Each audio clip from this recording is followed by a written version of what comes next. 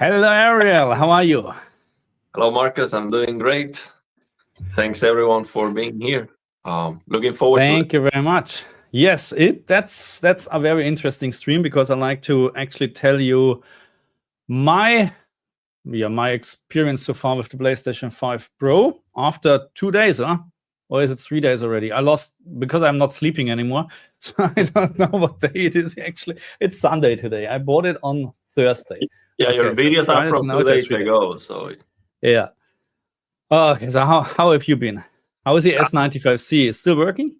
oh yeah, it's still working, no blackouts. So fingers crossed. Good. It's Okay. amazing. I'm very happy with it. Okay. So today's topic, PlayStation 5 Pro, or my experience about PlayStation 5 Pro, and thank you very much for all the new subscribers and views. It's crazy at the moment what's going on because people really like to see all this stuff. And if you have any questions about PlayStation 5 Pro, like should you buy one, then I can't answer this because it's up to you actually. But we try to answer, of course, a couple of questions. Okay. So have you had any experience with PlayStation 5 Pro so far? No. So I've been just watching the videos, and the thing that I want to, my take on the PS5 Pro is going to be mainly on the developer's decision. Okay, because the hardware is great. And for the price, I think is incredible. I think it is a great value, the hardware itself. But then you have to rely on the developers and the option that they decide to go for.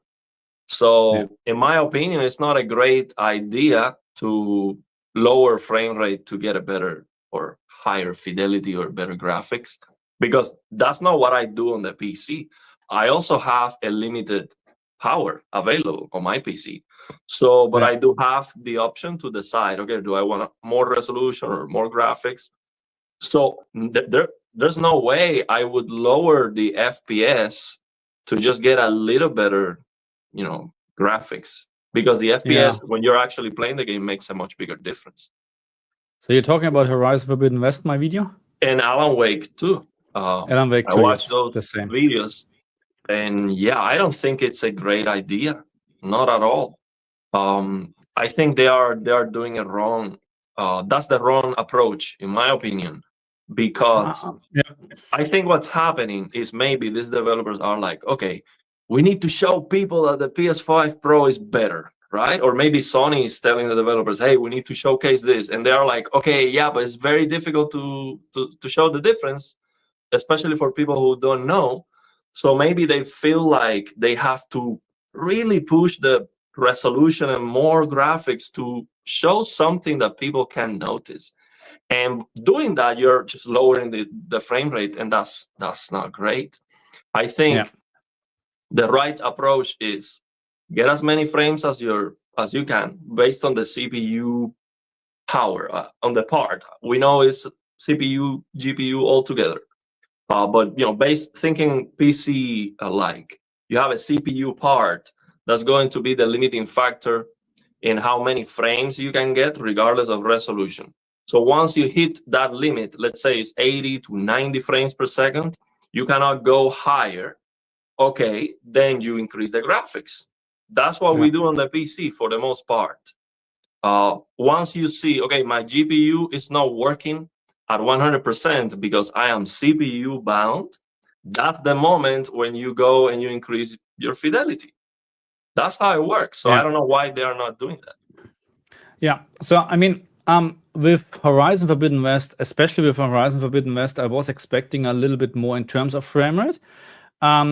In terms of picture quality, yes, it is better, but as I mentioned in my video, it's not like a day and night difference. I know people don't want to hear this because people now spend 1,200 Australian dollars, 700 US dollar, I think, for the new system, and they like to really think it's now a game changer. So far, for Horizon Forbidden West and Alan Wake 2, it's not really a game changer because you can play easily those games. I mean, you can play all the PlayStation games on the old PlayStation. There's no problem at all.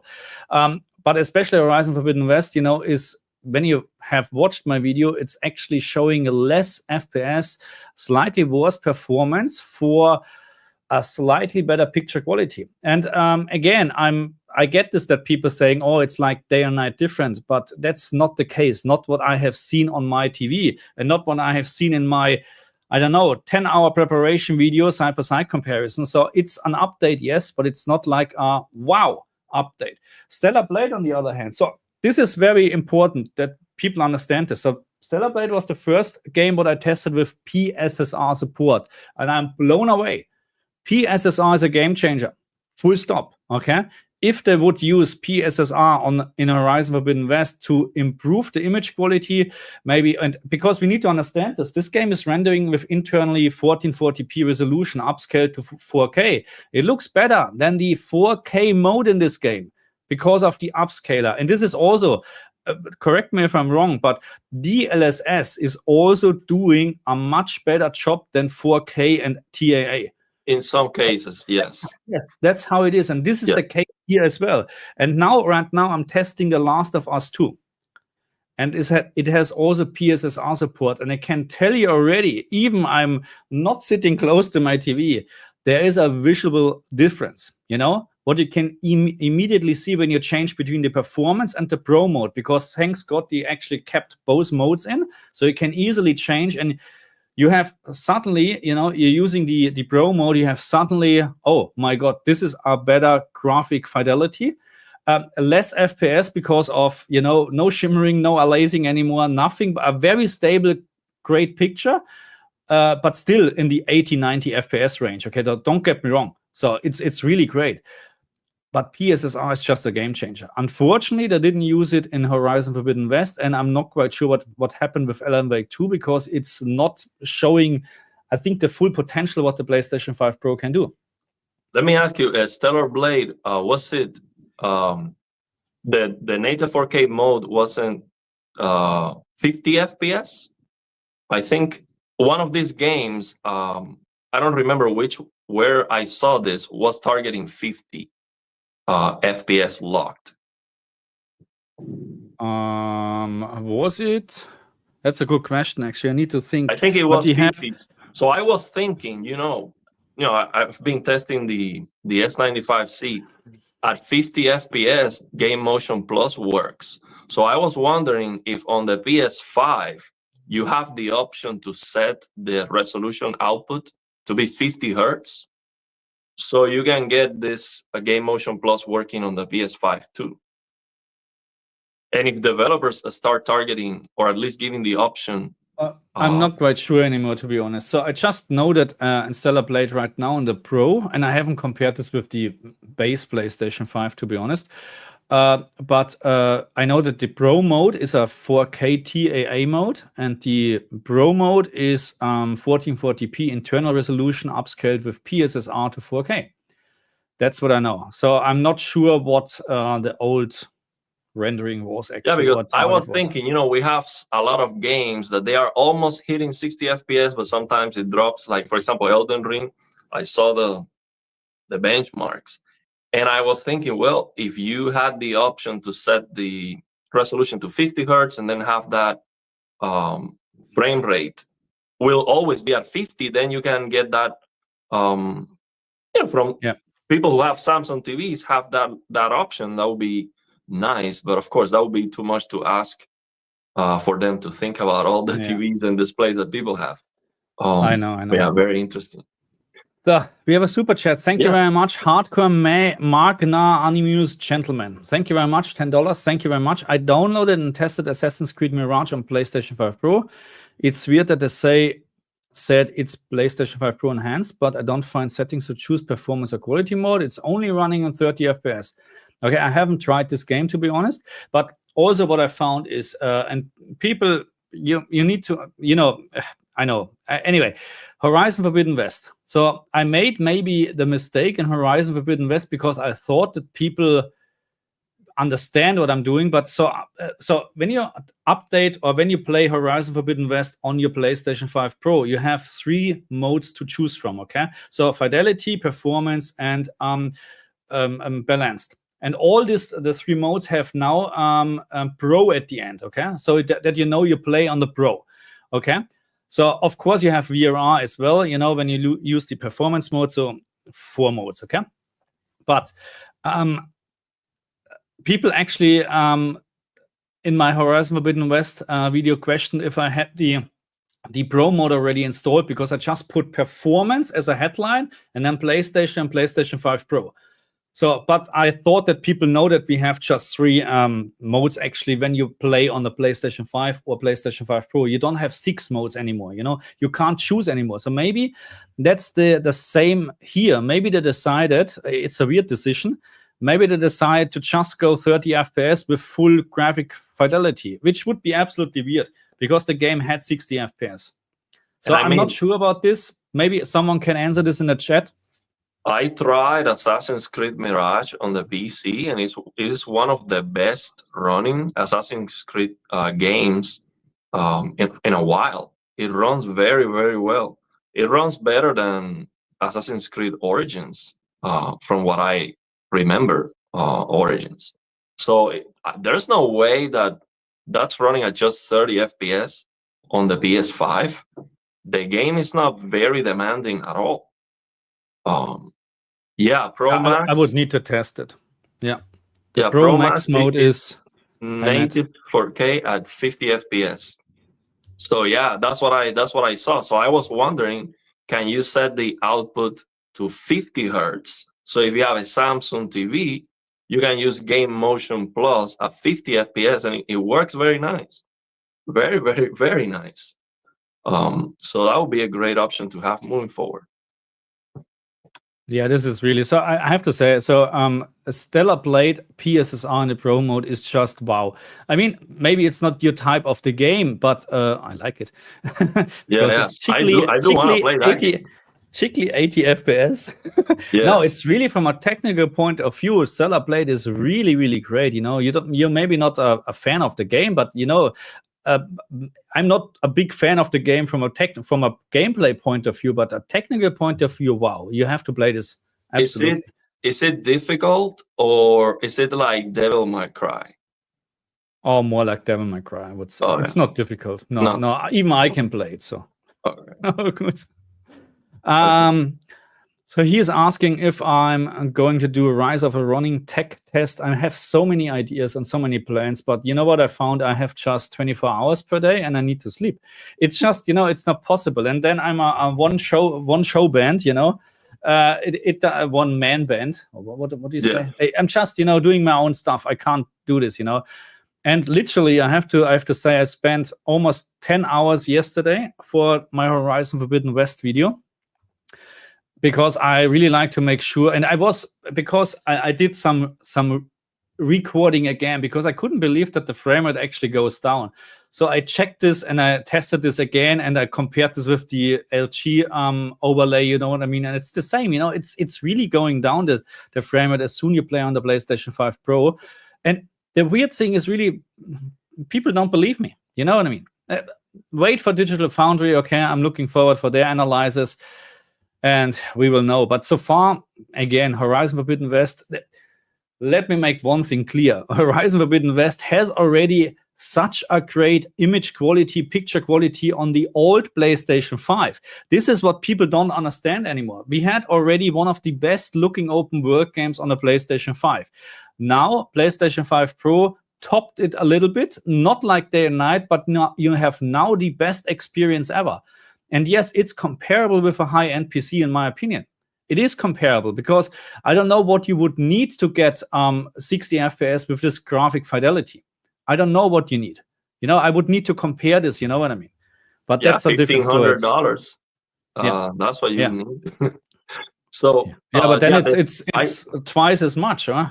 I believe what happens is they are, of course, targeting the masses, and most people on a console are not going to have the FPS counter in the corner and be playing the game like PC gamers.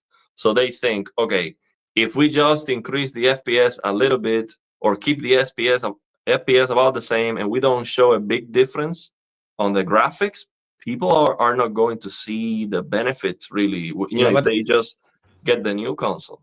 But the thing is, you know, in Horizon Forbidden West, there is, I dare you to do a blind test. Blind test sounds wrong because you need to look at the picture, but I would like to do a test, 2 calibrated TVs, PlayStation 5, PlayStation 5 Pro, the same game, same scene. And you tell me from a 5-meter distance, which one is which. I dare you to find a difference if you're not going closer. Yeah. You know what I mean? Because this is the problem. People, so that you need to understand, if you have sorry my language, but if you have a crappy TV, a crappy monitor or whatever, and we talked about this, there's no point to get a PlayStation 5 Pro.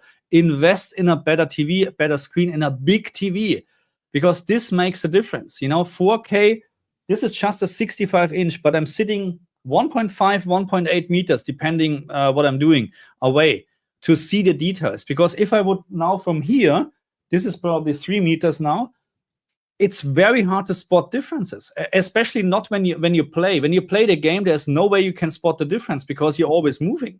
You know what I mean? So people need to get their expectations right, to be very honest. The PlayStation 5 Pro, yes, great hardware, but so far we haven't seen, I think, the software which actually supports this hardware so far. Yeah, and the thing is, for me, just a small, even if it's a small improvement, that's awesome. Like, it doesn't have to be a huge improvement. For me, in my opinion, we gamers, we just want the best we can get. And for example, when people ask me, or my friends or something, hey, should I get this GPU or this GPU? I always say, you get the most expensive thing that you can afford, because you will appreciate any difference. So if the game just looks a little bit better and it's very difficult to spot the difference, that's still better. And I think what they're realizing is, okay, we have to push the graphics more so people can see it, and they're doing it too much and then lowering the performance in some cases. So I would not do that. Even if it just looks a little bit better, just give me that and keep the FPS. And I think that I agree. So 60 FPS should be the absolute minimum. So I'm pretty sure. So because I just tested Horizon Forbidden West with VRR, there is of course a locked 60 FPS mode as soon you disable VRR, because the dynamic resolution, I think, is much higher when you enable VRR because of VRR. Okay, but to be very honest, to test all those different modes and whatsoever, I would sit there for 15 hours. You know what I mean? At some point, I said, just focus on the high frame rate mode, and that's it. So let me ask you, you should see the difference at 60 locked better if the dynamic resolution scaling is targeting 60, because then you get a higher resolution on the Pro, right? Probably, but it's the same case then with the base PlayStation 5. You know what I mean? Yeah. So there shouldn't be a big difference then. Yeah. And I was going for the raw performance what the PlayStation 5 can offer me in this mode, because this is actually usually what I'm using VRR. You know what I mean? What I'm using. But again, let me. So this comment here from Ghost Rui. The PlayStation 5 Pro is so bad they need AI to make their games better. So you can take this sentence and put it on PC as well, because it's nothing else that DLSS or PSSR is the same, or FSR. It's exactly the same. And I don't agree with this statement at all, because especially DLSS has made my life in PC gaming much easier, because you have actually, in some cases, a much better picture quality or image quality and much higher frame rate. Or that's the case, or Ariel? Yeah, so for me, so what I don't want to see is they trying to advertise, or NVIDIA or the whole industry, oh, we are on the post-resolution era, because now DLSS quality or the PSSR looks better than native 4K and you get better performance. I don't like that, because the reality is that native 4K doesn't look like 4K because it's TAA and it looks very blurry. So it is like you make native 4K look so bad, then you can surpass that with AI, with DLSS, or any of this upscaling. So now, wow, we have a big triumph. And the reality is, if we would really see what 4K looks like, then there's no way There's no way you can beat that with any trickery. No way. So I don't like that post resolution era idea where we start lowering the pixels everywhere. So now it looks like a mess because we're creating a problem that shouldn't exist. So now we sell the solution with, and whatever NVIDIA or PSSR or whatever they come up with. But I like it. I use DLSS all the time. I think upscaling is very good. So yeah, I'm not opposed to it. JW001 has a question. If I wanted to build a PC to match the PlayStation 5 Pro full capabilities, what CPU, GPU would you go with? Very hard to say, but I would say probably it's a 4060, 4070 as a GPU, but I'm not sure about the CPU, to be honest.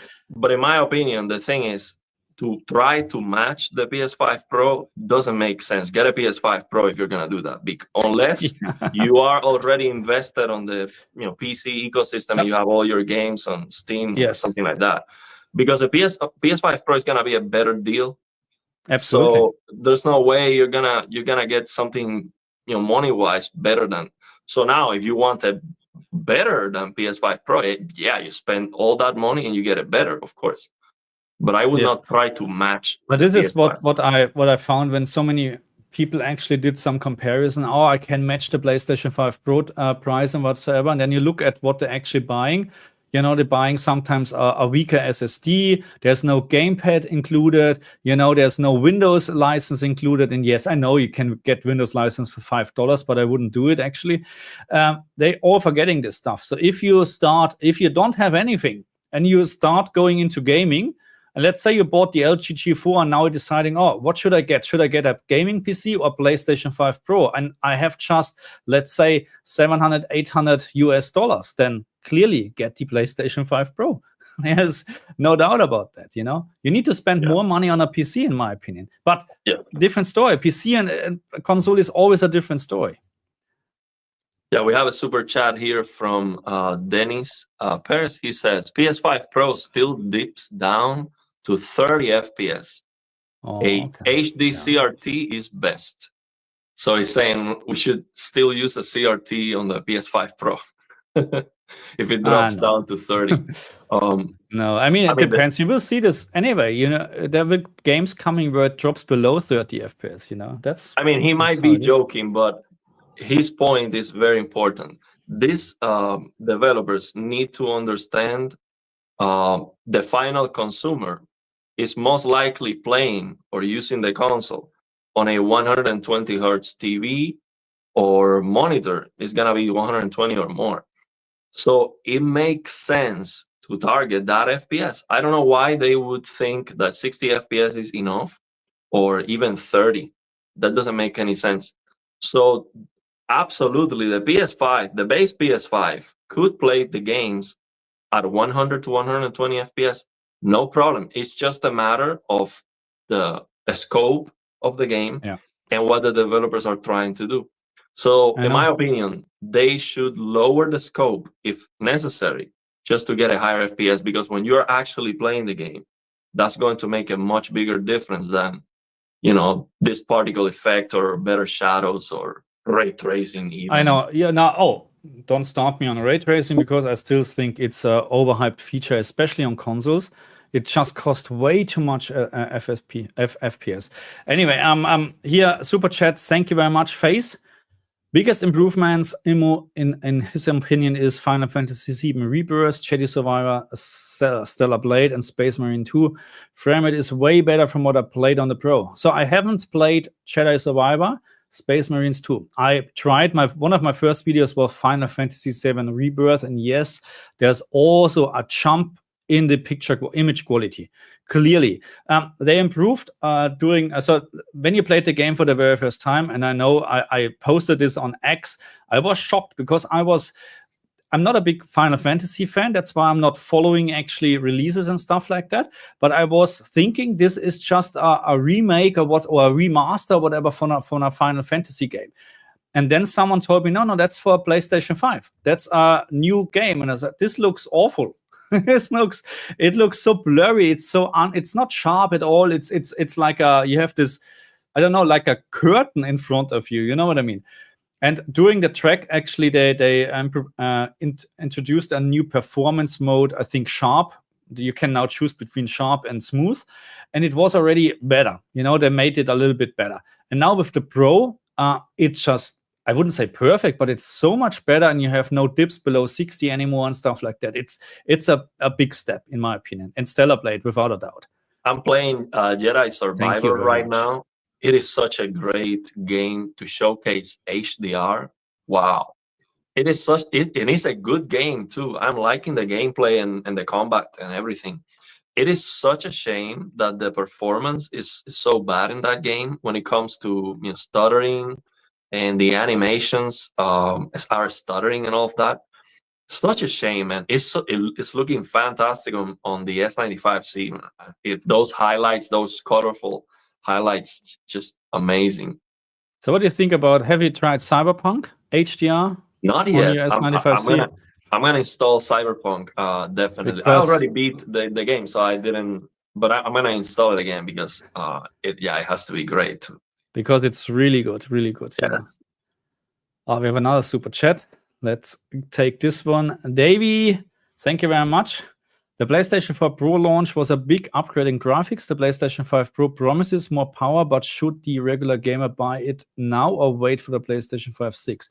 So very hard, of course, as always, to answer. But from my point of view, what I have seen so far, if you're just a casual gamer and you play 2, 3, 4 hours per week, don't buy a PlayStation 5 Pro. Don't waste your money on that.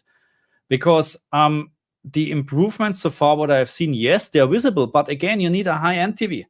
Yeah. And the better and the bigger your TV is or the screen is, the more you see the differences. Okay, so this is my priority. If you're just a casual gamer and you like to enjoy your games in the best possible quality, I would looking at to upgrade your TV if you don't have a high-end TV already. You know, but PlayStation, again, it's hard to say. If you have to spend the money, if you don't know what to do with your money, go for it. Go for it. Yeah, I think if you have one of these big OLED TVs, yeah, even if the difference is just a little bit better, it is worth it, because on this big OLED TVs you can see all the defects. Yeah, that's also the problem. Yeah. Yeah. So then if it's just a little bit better, it's worth it. That's what I think. So, Extreme Gamer, may I ask what size is your TV? And 1.3 meter can be good. So even probably a 77-inch 1.3 meter, if you like to have a cinema feeling, why not? Go for it. You know, the problem sometimes is you just can't arrange your living room situation. That's the problem, you know? Yeah, I think the bigger the better. The thing is, with the bigger TV, you're going to see the defects more. yeah, that's what she said. So with a bigger TV, if you are picky about the graphics and there are some things that you get bothered with, you're going to see the defects even more. So the thing with bigger TVs is that you can sit closer, so you get more immersion. And the bigger the better, but you're going to pay a lot more money too. I have a 55-inch, and I'm very happy. But just jumping from 48-inch to 55, I thought, it's going to be the same. No, it's not the same. It's better. It's so much better. But that's what I got, because 65 or more was more money, a lot more money. So, yeah, you get what you can, but bigger is better for sure. Absolutely. I absolutely love the PlayStation 4 upscaling. See, I haven't had any chance actually to try this. I'm not even sure what game should I try. You think I should give it a try with Red Dead Redemption 2? I know there's no improvement in frame rate whatsoever, but maybe it's a better picture or image quality at the end. Yeah, so I really don't know. I watched some coverage about that, and it is a post-processing filter. It is not increasing. It's like FSR1 or similar to FSR1. It is not increasing the pixels, but it's doing something nice. It looks better. So my only concern with that is if it's gonna look over sharpened, depending on the game. So it depends on the game. If the base game looks clean, it might be perfect. But if the base game is already over sharpened, maybe it's gonna be a mess. I don't know. But that's what it is. It's not. I thought it should be more pixels, just getting higher. If you have the performance to spare, then just get more pixels. But it seems like that's not the case. It's just a post-processing filter. Okay, so I need to look into this because I'm interested in this feature as well. But I think right now I focus on games like The Last of Us 2 is coming today.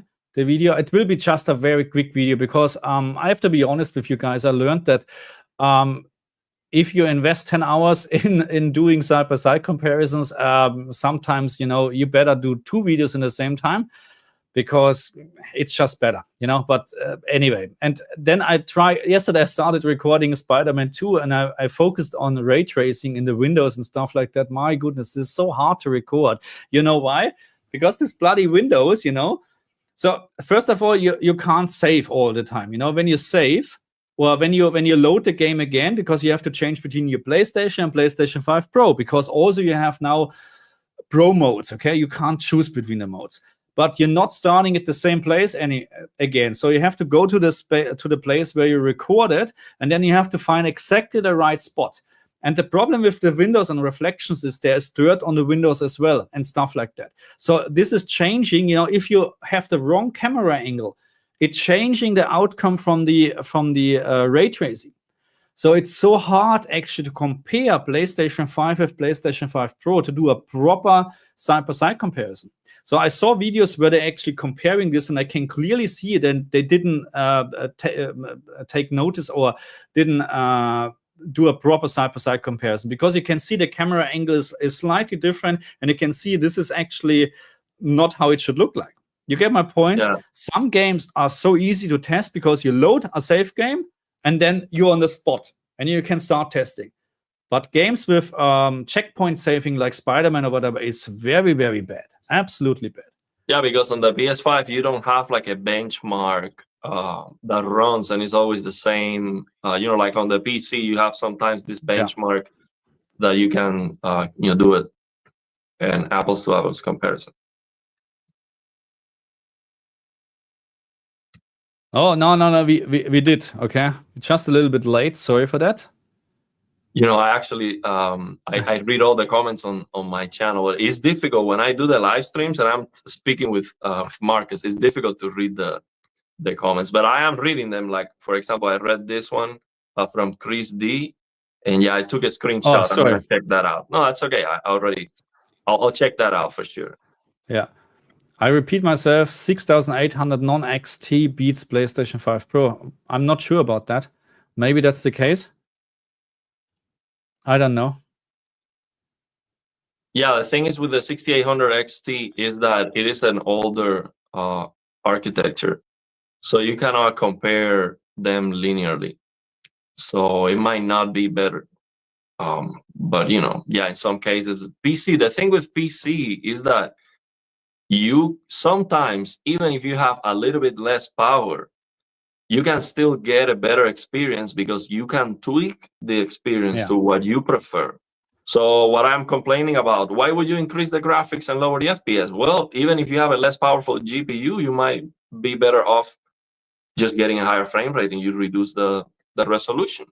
And you cannot do that on a console. So it's a completely different story. What people are looking for with the console is, I just want to play the game. See, I don't want to spend 1 hour tweaking the settings. Sometimes I spend the time I had available to play the game just changing settings and just fixing HDR or doing something, and I don't actually play. So that's what a lot of people don't want to deal with. They just want to, just play. So he's asking, why can't we have native 1440p 120 FPS locked in PlayStation 5 Pro at ultra maxed out graphics setting? Is it CPU problem? It's a whole problem. And you can have this actually on every game if you want.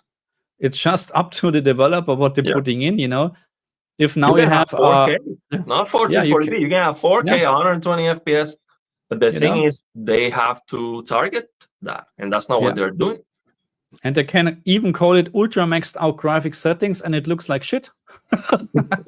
But you can have this. No worries at all. They just need to target this. That's how it is.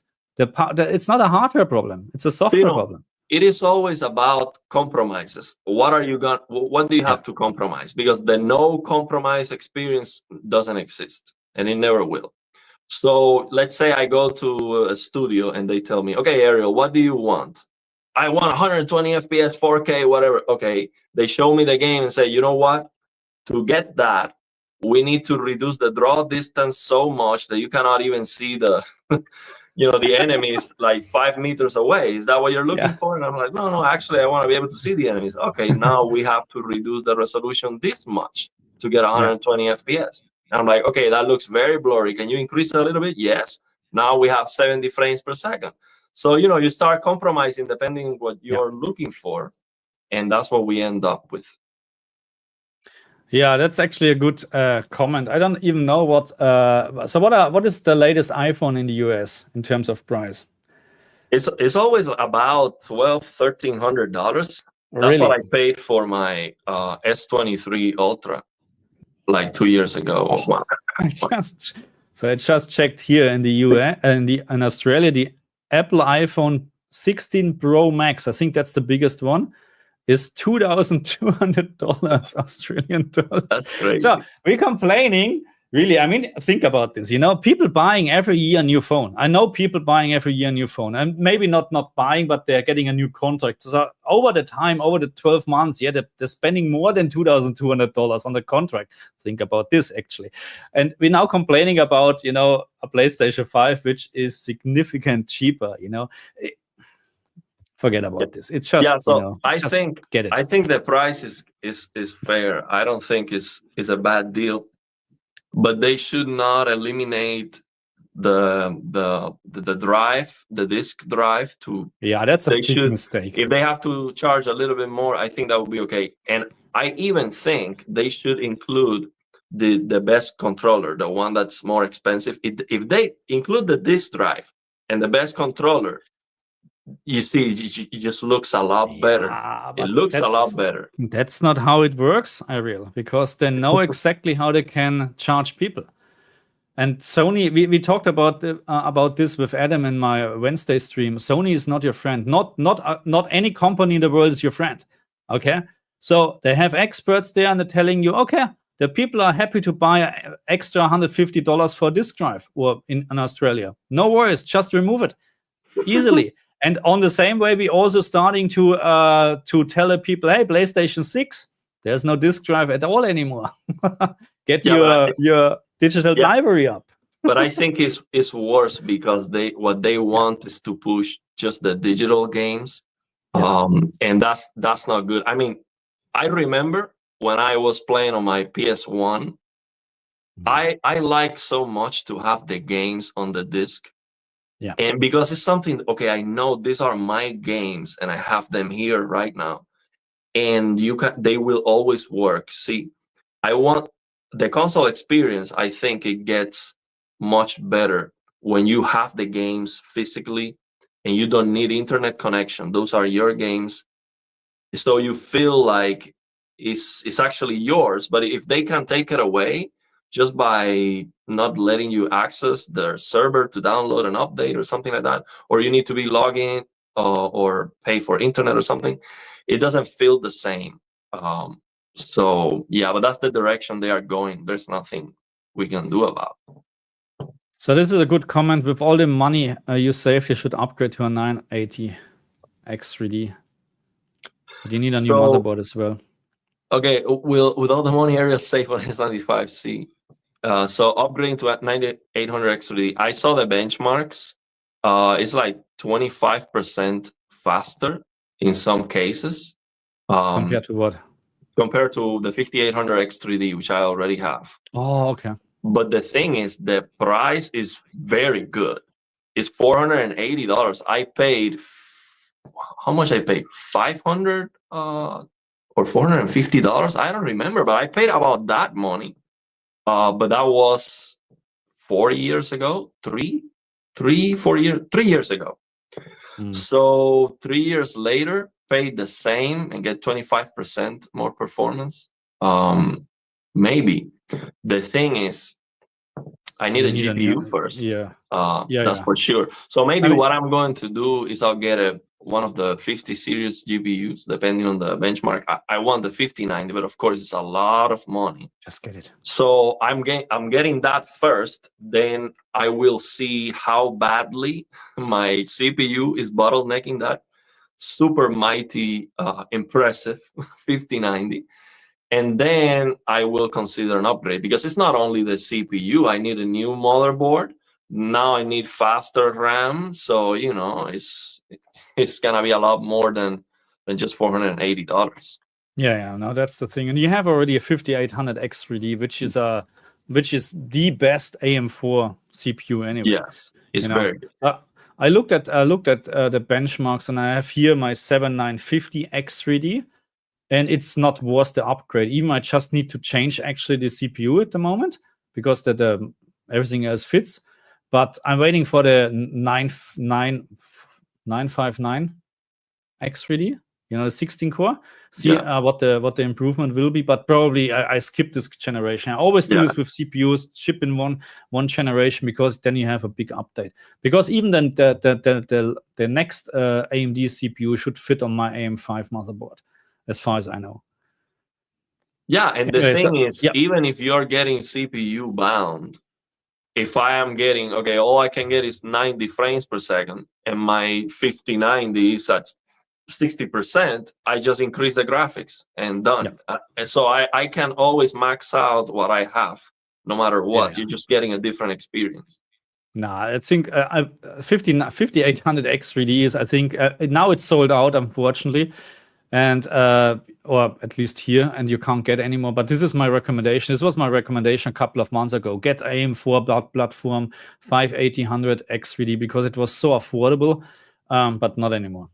Anyway, this comment. No, I didn't laugh at you at all. That's not not what I'm doing. I'm just saying I'm not using an CRT anymore when I have OLED TVs, and prefer 1080p at 120 locked. I mean, I'm the same probably. So if you play a game, just to play a game, like shooter games or whatever, I would also prefer a higher frame rate over Fidelity 60, to be honest, because it's about the gameplay. There's a reason why Counter-Strike gamers playing with 600, 700, 800 FPS, because it's just more responsive, and they need every milliseconds. You know what I mean?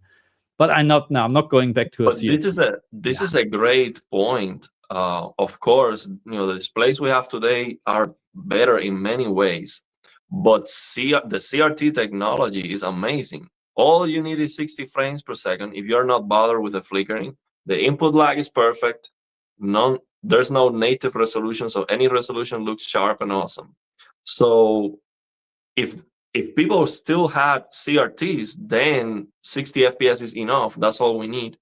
But that's not the case. That's why I think it is more important to push a higher frame rate, because people are playing with sample and hold displays. You need 120 FPS or more. Thank you very much for the super chat. Hardcore Mark I can't pronounce this. Gentleman. Okay, let's call you gentleman. I have no idea. I just deleted Assassin's Creed Mirage, reboot database, restore license for the game, and reinstalled the game. The issue continues. So just 30 FPS on the PlayStation 5 Pro. Again, I haven't looked into this, but this doesn't sound right, to be honest. Yeah. This doesn't make sense at all, to push now fidelity. If this is really the case, let's say now they have a PlayStation 5 Pro, and now they're going for full fidelity, but just 30 FPS, bad decision, really. That game runs, again, it runs very well in comparison with other Assassin's Creeds, even on the PC. So I don't know why it would be 30. Yeah, it doesn't make sense again. Just reading the comment section. So if you have any questions particular about PlayStation or any games what I should test, or maybe anything what you found in my video what is not correct and stuff like that, because I'm just human, good looking one, but anyway, then just let me know, because I'm just doing my very best. And I'm looking forward to test more games. Again, The Last of Us 2, the remake from the remaster from the remake, is coming soon. And it's incredible. PSSR is a game changer. Absolutely. Yeah, 77-inch C4 Size matters. Yeah, that's what I heard so many I times. saw it today at Costco. How much was it? I forgot. $2,300, $2,400. Okay. I don't remember. It was expensive, but it was not a bad deal. You have so many. Just got the Pro. You're very welcome, or you're very good choice actually. So, what games have you played actually so far? And you know what I have to say also, I installed all the games I like to test, and I still have 300 gigs left. How 2 much? tera. How much? Like actually, after the system. 1.86. Oh, that's very good. That's very, very good. Yeah, very, very good. I'm very happy with this because it's a pain in the ass actually to do then testing on the PlayStation 5 because you have to delete games and stuff like that. So that's a big step up. And this is also what we need to consider what comes into the price as well. You have now 2 terabyte, 1.8. But I think it's more or less the same when you have Windows installed on a 2 terabyte. It's similar. Yeah, it's not very bad. Good. That's very, very good. When the Call of Duty enhanced PlayStation, I have no idea, to be honest. Chasco, I have no idea. But this is actually really funny because I consider this now as a Microsoft game, It's not really a Microsoft game, but you get my point. And now we're getting a better version of PlayStation 5 Pro. I'm looking forward what Microsoft Call of is Duty doing. Has unlocked FPS, and it runs at least the previous Battle Royale. I remember seeing a Digital Foundry video. It was running at 120 FPS on the base PS5, right? So, I mean, they don't have to do a lot to improve that. They could just increase the resolution. But if they would use PSSR instead of FSR or whatever they're using for an upscaler, this would be also a game changer. Because you can drop the internal resolution again, and then you have probably stable 120 all the time. Yeah, but Call of Duty is a huge game. I'm sure they are working on something for it. I mean, it's I like it. I have to say, in the beginning, I played the campaign. I was a little bit okay. It was a little bit of a weird start, to be honest. But then I played 5, 6, 7 hours so far, and I love it. It's really an HDR is pretty good in this game. Yeah, it's really good. Yeah. All those Call of Duty games have very good HDR. Yeah. So this comment here, do we know if devs have plans to finally push frame rate generation for 120 FPS on the PlayStation 5 Pro now that the console can reach? That's a good question. I don't know what the plans are. If we continue to use Unreal Engine 5, then forget about this. Then I hope that PSSR is at least improving something in terms of image quality. But again, I don't know. They can do it. Even with Unreal Engine 5, they can do it. Yeah, but this is a great point because what he's thinking is, okay, base PS5 was not able to reach those 60 FPS base, frame rate. So then you can just double that to 120. But now that you can or have a better chance to achieve that, then it will be a no-brainer if you can get 120 FPS with frame generation. I think that's the goal they should try to focus on, because it will be a huge difference. Maybe not to play Call of Duty, but to play all these third-person action adventure games. It's a no-brainer. Yeah. So does Alan Wake 2 have good ray tracing on PlayStation 5 Pro? Do you prefer ray tracing or 60 FPS mode? I mean, look, I'm not a big fan of ray tracing on the consoles. I play Alan Wake 2 with almost full details on the PC because I have a 4080, and yes, ray tracing on the PC is a different story. It makes the game look much better, but it comes with such a huge performance impact. It's not made for consoles. That's why I'm not going to play with 30 FPS just to have a little bit of ray tracing effects, which I don't notice when I play the game. You get my point? You're not noticing this. So my recommendation is always higher frame rate, clearly. Yeah. So yeah, on the PC, I've never used ray tracing. I turn it on to see how it looks like. You will when you have your 5090 then. Well, maybe with the 5090, maybe you turn it on. But here's the thing: ray tracing, in theory, you could turn it on and get even better performance because they are replacing, all the workload of the lighting could go to the ray tracing cores. And so you could even get a better frame rate. In theory, they just need to add, more ray tracing cores, and of course the hardware needs to support that. So the day you turn on ray tracing and you get same performance or better, and now it looks better, that's a no-brainer. That's the day you definitely want. There's no doubt about that. Absolutely. This comment here: do you think PSSR will update much as time goes on? Yeah, absolutely.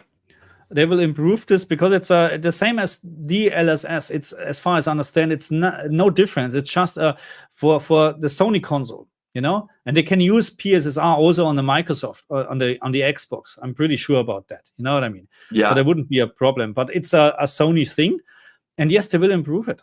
And we need to understand this. It's already, and I haven't done a PSSR versus DLSS comparison, but again, as soon my day has 48 hours, I can do this. And I'm looking forward to this because I like to understand, or what I have seen with my own eyes so far in Stellar Blade, or also in The Last of Us 2, just a couple of hours ago. This is really good. If we call this first generation of PSSR, wow. If this gets better, sign me up. You know what I think? I think that PSSR is probably a beta version of FSR 4. And once they get better with FSR4, that's the same thing you're gonna get with PSSR. I believe that might be the case. So the difference should be huge in improvements, and that's one of the best things about DLSS. For example, Red Dead Redemption 2 is using a very old version of DLSS that looks terrible on the PC. When you move the camera, it looks overly sharp. And then when you're stationary, it looks blurry. It's such a mess. And then the game doesn't let you replace the DLSS because it it erases that. But there's a mod so you can actually replace the DLSS.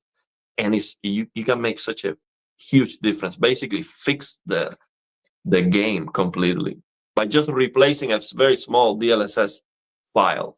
So that's the update. That should be possible on the PS5 with the easy update. So Isa Bilal is asking, casual gamer here with a 55 Q90C. What is a Q90C? Is this a LCD? What is this? QN90C. A QN90C at approx 1.52 meters. Would a PlayStation 5 Pro be worth the upgrade? It's again very hard to say. Was the update? Probably not. To be very honest, probably not. You're a casual gamer. You have don't get me wrong, just a 55-inch. You sit 1.52 meters away. But if you have the spare money, if you can spare the money, then go for it, because there is an update. There's a lift up in terms of image quality, but it's very hard to say. If you would say now you have an LG G4 with with 77-inch or whatever, then I would say go for it. You sit 1.5 meters away from a 77-inch G4, you will see a difference. Absolutely. Very hard to say, you know what I mean? I think most people might be wondering if it's worth the upgrade, thinking, okay, when is the PS6 coming out? Because I don't want to buy the Pro and then 6 months later we get the PS6. But nobody knows. I think as long as they can sell this console, they're not going to release another one. How long was the PS4 Pro before the PS5? How long was it? A year and a half? I don't know. I don't remember. So say again, what was your question? So the PS4 Pro, how long after the PS4 Pro they released the PS5? I don't know. That's a good question, but a long time. A long time. It was a long time. It feels like, and don't get me wrong, but even if I would have to wait a year now for something, a year is a year. You know what I mean? Sorry to say that, but I'm not if I like to do something, I'm not waiting a year. No. I mean, I can understand 2, 3, 4 months. Yes, there would be but then they wouldn't release a PlayStation 5 Pro because no one would buy it. But You're not waiting, so because this is always what I'm hearing now. All the PlayStation 5 games coming to PC. Yeah, that's the case, but years after the release. Yeah. So now they're making a big fuss because Death Stranding is now on the Xbox. I don't know. This game is how many years old? No one cares anymore. You know what I mean? If I like to play a game, or if I like to have a piece of hardware, I like to have it now. If I can afford it, why should I wait? You know what I mean? Because then you wait for something else. It doesn't make sense. In terms of hardware, software, there's no point to wait. If you like to have it and you can afford it, go for it.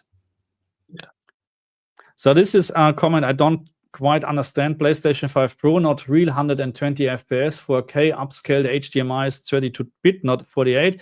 Microsoft didn't lie, at least. Sony didn't lie as well. I would say they didn't improve the HDMI port or gigabit or bandwidth, but there's no problem at all. You can have even 8K 60 HDR with 32 gigabit. That's, I think, no problem.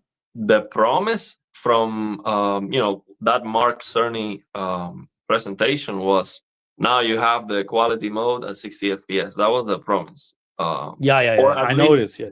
Or at least with performance mode kind of frame rate. So that was not a very that's basically a GPU upgrade. That's what he's promising. You're getting a better GPU upgrade. Basically, absolutely, that's what it is. Rich P is saying, if you want your library to work on PlayStation 6, don't buy physical. Yeah, I'm not looking forward for this, to be honest, because I don't know how they're doing this. I mean, if I can't play my PlayStation 5 games anymore, my physical games on a PlayStation 6, then would be a disaster. Yeah. You know what I mean? But if this would be the case, then I would probably sell all my physical games. Probably not, because I still have my PlayStation 5. But you get my point. I would need to buy them again to play them, or to do comparison or whatever. This is a big disaster. So I get it. Where we're going to, digital is the way to go in the future. That's how it is, unfortunately. But I don't like the idea. I know it works great with Steam. I get this, but because we're just used to it, okay? When was the last time you bought our physical PC games? This is 20 years ago, huh? Yeah, my PC doesn't have a disc. Yeah. Yeah, I don't know when I had my last disk drive. You know, can you even it buy looks old one school. now? If you put a drive on your PC, it looks old school. So here's saying, problem with the Pro is the HDMI still only supports 32 gigabits per second, like the base, so no 444. You're making way too much about full RGB and YCBC 444, to be very honest. You all watched probably Blu-ray discs and whatsoever, on your big screen TV, and those movies on Blu-ray discs have a mastering, or they're mastered in 420. Okay, YCBC 420, the worst quality ever. And everybody's happy. So, don't tell me you need 444 or full RGB. You don't need this for playing games. No. You see, on my PC, I noticed the difference because I am using a high contrast theme on Windows, and the letters are yellow. So you have a colorful text with a perfectly black background. So I can clearly see the difference. But when I open the games, I don't see them. I don't see the color saturation difference, because it actually looks washed out if I don't have full. But I don't see that on the games. The games don't look washed out at all. I don't see the difference. GTA 6 will run better on Series X because it will play on 120 Hz system level, but PlayStation 5 Pro still will be stuck at 60 Hz. Okay, so first of all, that's a decision what the developer can make if they put a 120 Hz mode in. Has nothing to do with 32 gigabits per second, nothing at all. Because again, you have games on the PlayStation 5 with 120 Hz in 4K with HDR and VRR. There's no problem with the 32 gigabits per second. Stop doing this. There was never a problem, never ever. Just because you really think that Sony is releasing PlayStation 5 and having not thought about the HDMI ports and stuff like that. I mean, don't get me wrong. Of course, you should have 48 gigabits per second, but for what? if they can use 32 gigabits, just go for it. So the thing is, the Pro is supporting 8K 60 hertz with DSC, display string compression, and DSC is lossless. So you shouldn't see a downgrade at all. Not you at all. Shouldn't see any I difference dare at you all. to see a downgrade. There's no way. It's lossless. It's technically lost. It's not like full versus 444. Yeah, you can see that difference. It's very difficult to see, but you can see it. But with DSC, there's supposed to not be any difference at all. And you can do 8K 60 FPS technically with the PS5 Pro. It just, of course, depends on the game. Of course, yeah. You don't need then. Why would you need more bandwidth then? You just need more power. Yeah. So would you test Hogwarts Legacy? I tried Fidelity Ray Tracing mode and there's something missing, and it looks good, probably. I haven't tried it. This is also on my list, but I haven't tried it. But I saw a couple of videos where now the frame rate is much higher, of course, compared to before. The same with No Man's Sky. No, but with ray tracing, it was 30 FPS. Hogwarts Legacy. It's still. I think ray tracing is still locked 30 FPS, but you have the balanced mode and performance mode. I'm not sure what I watched. Was it the balanced mode maybe or the performance mode? But you can clearly see PlayStation 5 Pro was 5 to 10 frames higher all the time. By the way, I tried the Game Motion Plus of the Samsung S95C at 30 FPS. And it doesn't double the frame rate. It's not like 60. And yeah, it's not great. So again, Game Motion Plus? Yeah, Game Motion Plus at 30 FPS. Yeah, now it's it's stuttery. It's not great. At 60 works very well, and at 50 is also usable, in my opinion. But at 30, it's not. No, I did the comparison, and with the LG G2 back then, True Motion and whatever. So True Motion is absolutely, you have such a great picture on the LG with 30 FPS. I tried this with Zelda, but the input lag is like, you press a button and 5 seconds later it's jumping. Okay, not like this, but you get my point. Samsung has a much better input lag, but it's stuttering all the time. Yeah. You can't have a fluid. So it depends what you like then. So it's not usable for me on both TVs with 30 FPS. Yeah, so I think there's an option to increase the interpolation, so the amount of frames, so you can actually get 60 on the service menu. There's an option to do that. So I'll try to mess around with that and see if it gets usable at 30 FPS. I just don't want to mess the 60 because that's actually the one I use and it works very well. You don't have no, I don't have one because now I don't need anymore. I was thinking about this the whole time to get it for my old PlayStation, but it's just too much money, to be honest, to spend. And with my new internet connection, it doesn't take too long to download games anymore. And also I'm using external drives to copy on the games. So no, I didn't spend the money for this.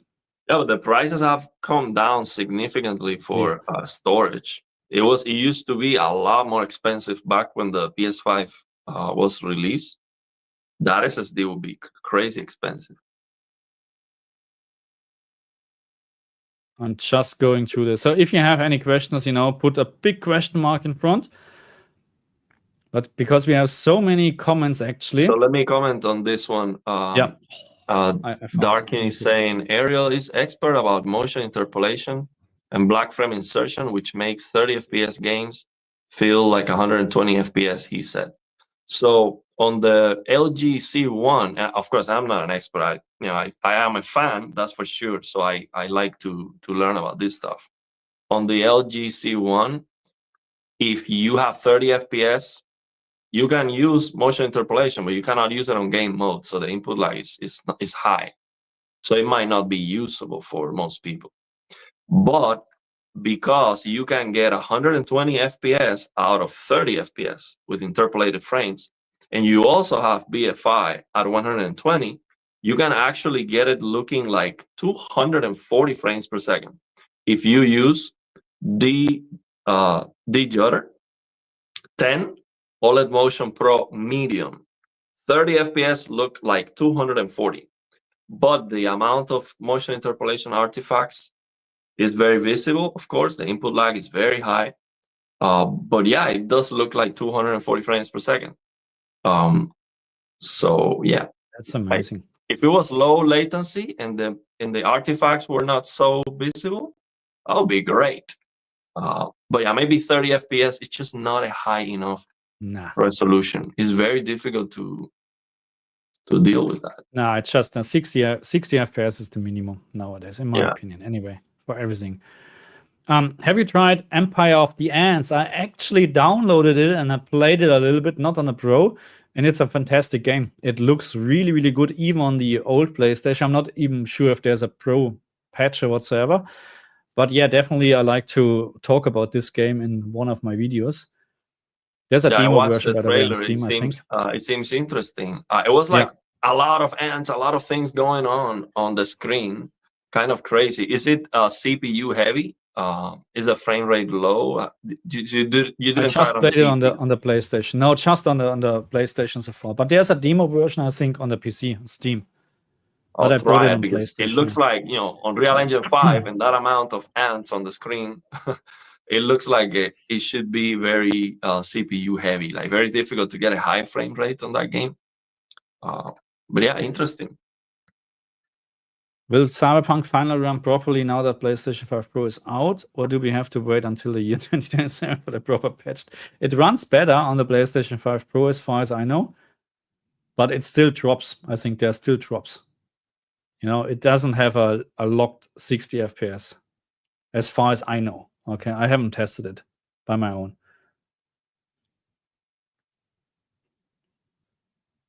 So many comments actually. This one here. You must have a TV or monitor that supports the PlayStation 5 Pro to get the full effect, so keep that in mind. I hooked mine up to X-Real Ultra Air 2S, and I lose the boost. The glasses won't support. Okay, so that's VRR. Sorry, what's the name? Virtual reality, VR headset. Okay, or augmented reality or something like that. Yeah, I heard about this. But yes, he's absolutely right. You need to get so it's not about that you need to have a TV or screen to support the PlayStation itself, because there's no such thing. I mean, of course, you should have HDMI 2.1 and stuff like that, but you need to have a proper quality TV to actually, at least 4K, of course, OLED, big TV. That's the point, you know what I mean? To see the difference. But this is the same when you go, let's say you have a 3080 GPU and you're now upgrading to a 5090 and you're still using your 1080p LCD screen. Yes, you have now suddenly 60 FPS all the time, because that's what your monitor can do, and you can increase the quality from the graphic, but you wouldn't see a big difference, No. So he thinks PlayStation 6 is at least 3 years off. He can be right, yeah. Absolutely. 4 years. So again, if you have questions, just put a Q. Here's a Q. You told that you were going to test Silent Hill 2. I asked a couple of times for it. Wait for the official PlayStation 5 Pro patch. It's not there yet. Yes, that's why I'm waiting. So I don't know if it was updated or patched so far. There's no point to do it before an upgrade, to be very honest. It would just waste of time, to be honest. So I'm waiting for the official patch. So just let me know if there was already the official patch, because then I can start working on it. But I like to finish The Last of Us 2 first. Not sure about Spider-Man again, because I'm pretty sure if I would leave out the ray tracing part, people will be very upset with me. But it's so hard to record, really. I told you. Not sure. Hey, Marcus, are you planning to test Dragon's Dogma? Yes, I plan, actually. The problem is, I just bought this. I don't have this. Brand new on the PlayStation 5. I just played it on a PC. I have no save games, actually, so I don't know when I can do this, because I would need to play, a couple of hours. And this is always the problem, time. So they have PSSR as well, graphics, balance, and performance. Oh, yes. That's probably good. So here, Ricardo Sanchez is asking, do you think my 77-inch S95B, will I see a difference? Really bad TV. No, I think you have Yeah, if Fantastic TV. if you get a Lamborghini, you might not notice the difference. Yeah, no, So no, yeah, absolutely. Yeah, absolutely. You have the gaming TV, all good. Go for it. Go for it. So we have more, so many comments at the moment. It's unbelievable. Thank you very much for this. Yes, they say 8K HDR 32 with DSC, yes. But it's working. No problem. I'm just going to the comment section at the moment, So let me know if you have any specific questions about PlayStation 5 Pro, which is here at the moment. It's much smaller actually, and compared to the old PlayStation. And I'm looking forward actually to do also consumption testing, because I like to know actually how much more the PlayStation 5 Pro is using in power. I'm expecting it's using more because of, but it maybe not even that much, because maybe they increase the chip size and stuff like that. You never know. I'm looking forward for this as well. Yeah, and on the rumors, I'm not sure if this was confirmed already. They said that the PS5 Pro, the developers could kind of overclock it, so you get 10% better CPU performance, and you lose like 1 or 2% GPU. So you can get actually a higher frame rate in comparison with the PS5 when it comes to being CPU bottleneck. So maybe if you have a game like Elden Ring, and Elden Ring is dropping below 60, down to almost 50. I saw the benchmarks, and it drops on the PC too. I mean, it's just the game. It has nothing to do with the console. The game is not very well optimized at all, in my opinion. There's no reason why the frame rate drops so much, but they could just get better frame rate just by doing this overclocking, or it's just like sacrificing a little bit of the graphics to get a higher CPU, so they can push more frames. So I'm not sure if that has been confirmed, that it is possible, but I think that should be the default for those hard to run games. Yeah, I'm not sure about this, if GT7 received the patch and Black Ops 6, so I'm not sure, to be honest. So let me know in the comment section. And we have this one here. Is the Pro console internal storage faster than base PlayStation 5? Do we have better SSD to take advantage of Pro enhanced games, or is it not necessary?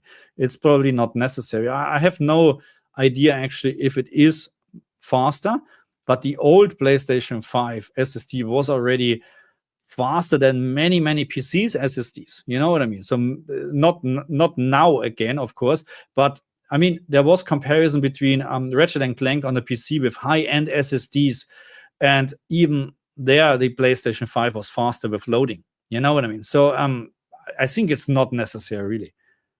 And the thing with higher capacity SSDs is that they usually have a bigger cache, so they can sustain the write-and speeds for longer.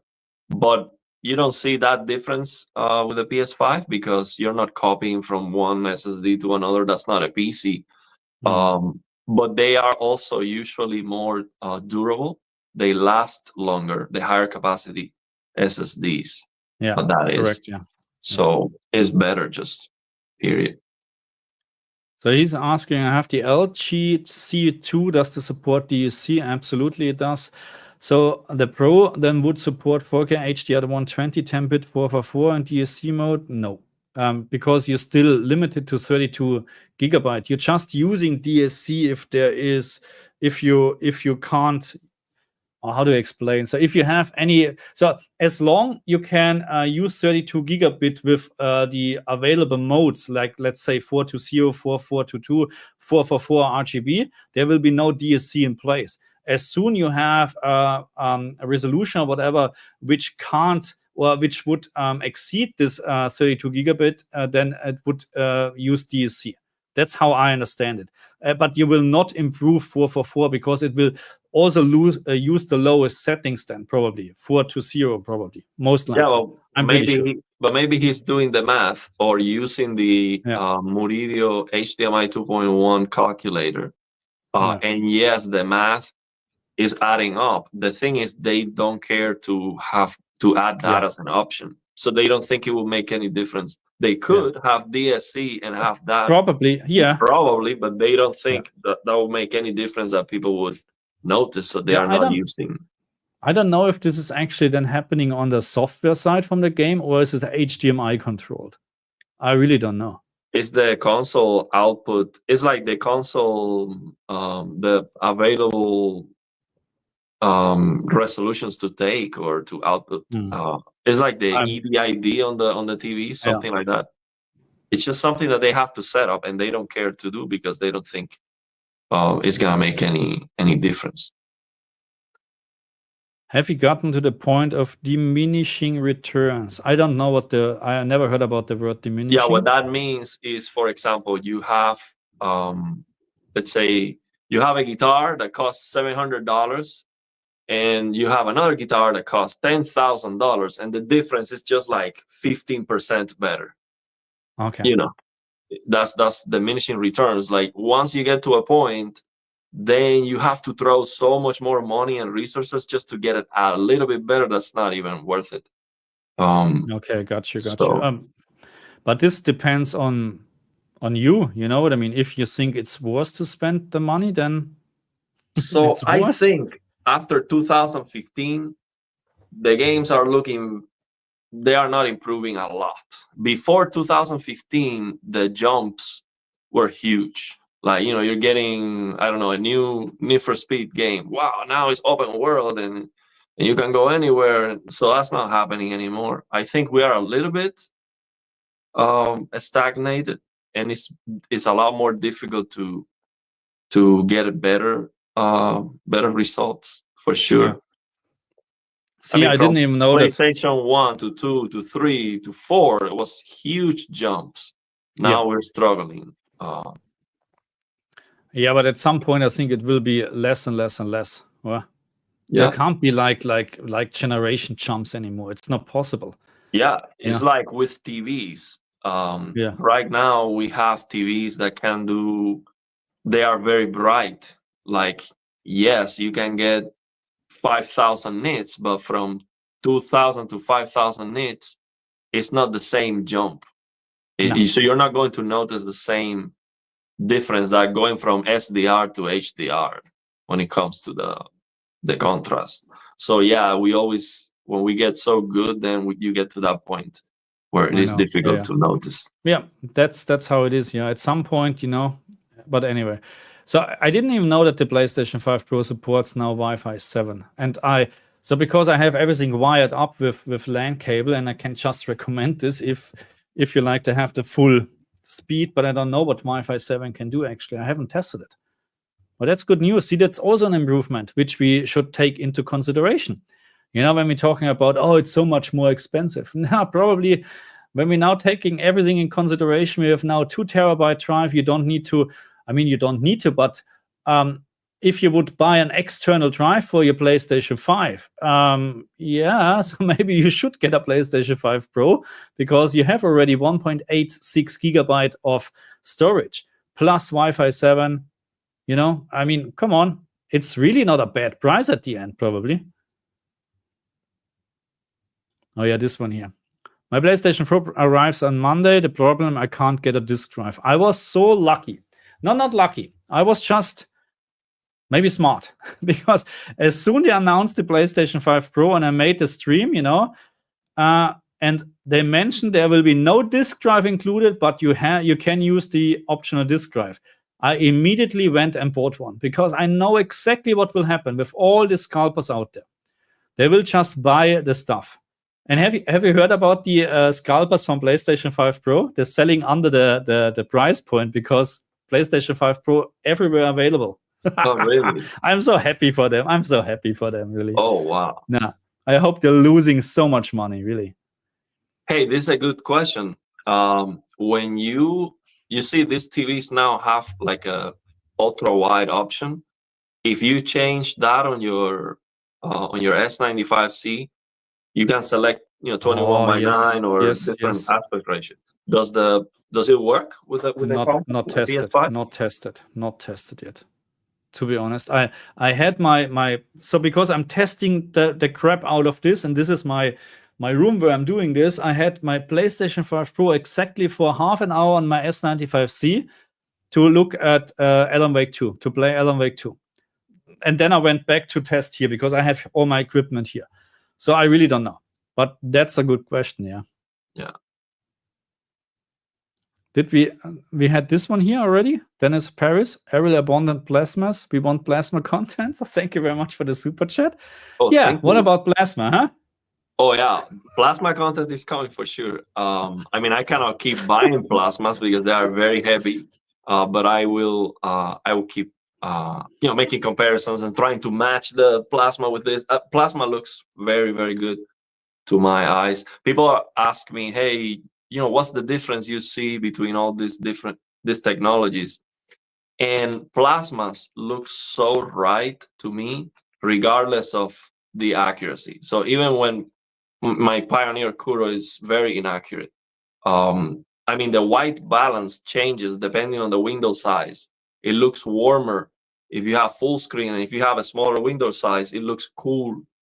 So that's super inaccurate. But the thing is, regardless, it looks so good and so natural to me, and it's the technology. And on the other hand, my LG C1 didn't give me a good first impressions when I got it. I was not happy with it at all. And I think it is, that WRGB never looked right to me. Of course, I got used to it and I learned a little bit about the settings. I appreciate the perfect blacks.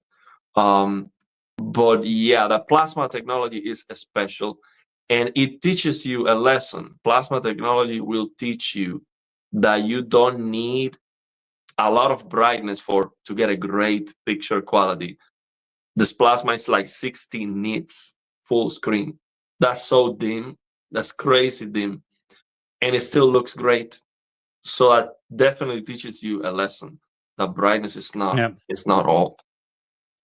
I know. Yeah, but again, I'm not going back to plasma. I don't want to buy one because maybe then I find more issues with the OLED TV. I don't want to have this.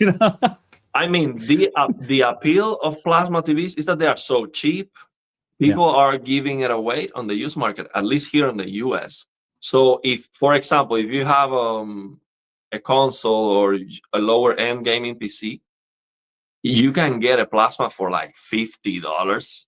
And it looks awesome. Nothing. It looks awesome. That's insane. So you're getting 60, you get 60 FPS, looks like almost like 240 in motion. You get self-emissive, so you have very good contrast, no blooming, perfect viewing angles, great screen uniformity. So when you have those solid full screen colors, they look so uniform. And the colors look great. I mean, $50, that's the appealing the thing that's great about plasmas. Yeah, I know. Okay, that's off topic, but let me answer this or read this. Do you guys think it would be risky for me to try to stream? I'm afraid nobody would join the stream and I would be all alone. Is this a fear you guys have had before you guys were smaller? Absolutely, but you have to start somewhere. I can't remember my first stream, to be honest, but it's not the same as when you do 50. You have to start somewhere. Just do it. Just start. Yeah, I always have that feeling when I'm gonna start the stream. Of course, not with you, because now we've make it consistent, so we know some people are gonna show up because they are used to it. Yeah, that's a good comment from Ariel. Yeah, to have consistency so people know you're actually gonna stream. But when I do a stream and like a random time and I don't announce it and nothing, I'm afraid no one is gonna show up. So I always have a backup plan. Maybe have a game ready, so you just start playing if no one shows up. So you just start playing your game. If someone shows up, hey, how are you doing? Let's have a chat. But that's the very good comment. Actually, you need to have consistency, and that's why we're doing this every Sunday. I mean, there will be Sundays where something is happening and you can't stream, but that's bad luck. You know what I mean? But at least people know, hey, every Sunday 9 a.m. or whatever in Australia, and for you 6, 7 p.m. I don't know. We have a stream, and people looking forward for this. So looking forward to this, and this is important. And yeah, but I can't remember my first stream. Maybe there was 5, 10 or whatever. You In never know. you did an Amok for all on your channel? I did actually playing games, I think. Streams, yeah. How many subscribers you got there before you changed to this new channel? 5,000? No, 500 or something. I have 500 on the Amok for all. Yeah. So no, it was different. So this is my original channel, and it was called Amok for all. I made a new channel with the name to keep my name actually, and then I put some stuff out. You know what I mean. So, but I don't know how many. I mean, you start with 0 subscribers. That's how it is. You start with 0, and then thanks God you gain more and more and more. And yeah, thank you very much. And we have. I know we have subscribers, you as well. You know them from the very beginning. You know what I mean? Yeah. Because they're commenting on a regular basis, and this is just fantastic. Yeah. Now just go for it. Starts. I like to mention this one here. Apart from testing games, do you get free time to just enjoy games? What is free time? No, literally not. Literally not. I don't have time to play game. I don't have time.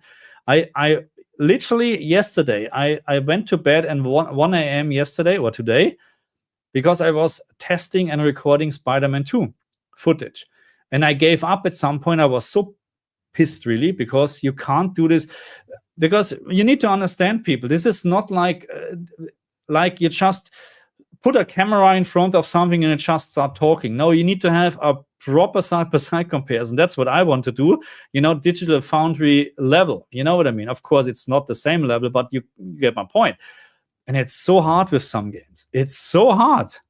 And I know it would take more work for you, but I would like to see these side-by-side videos that you're making.